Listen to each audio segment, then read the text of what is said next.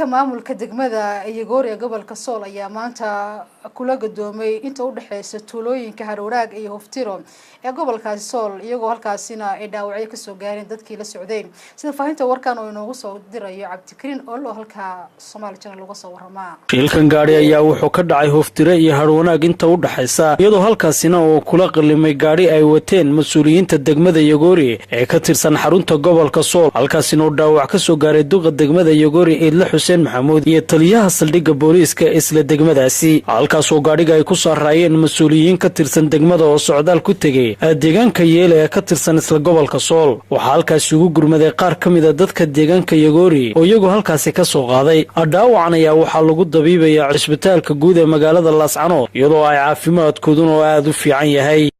قدرنا أخرك كيني حالدو وكسر رينيسا قاريو ولدعي أم قاريو وبربوري aaduna wuxuu gaareen shaqo waa yar sanqalay isliidii ila ka daadatay xaaladooda caafimaad ka warma waa soo reynaysaa markaad ugu tagteen goobta sidee ahaayeen aad bay liitay waa dhig baxeen duniyo aad u dhig baxay imse qof aad dhaawaca waxa dhaawaca saddex maxay kaliya taliyihii hawayihii bidix idlo xuseen xaji xamuud oo maayarkiya cali xuseen oo khaliifa booliska هو اللي عيد كلام لا سعودي لبنان وكلا لا سعودي وحنا عبدكريم ولول Somali Channel magaalada Laascaanood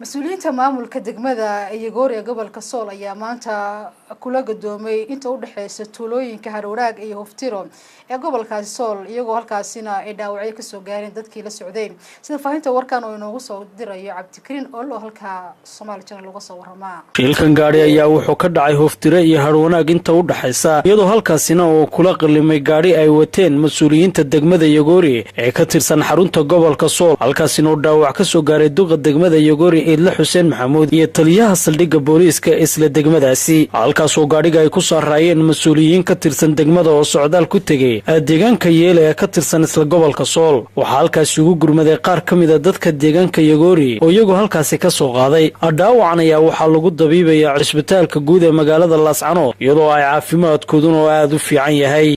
قدرنا أخرك كيني حالدو وكسر رينيسا قاريو ولدعي أم قاريو وبربوري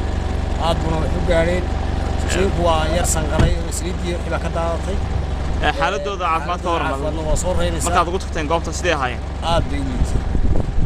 waa dhig baxeen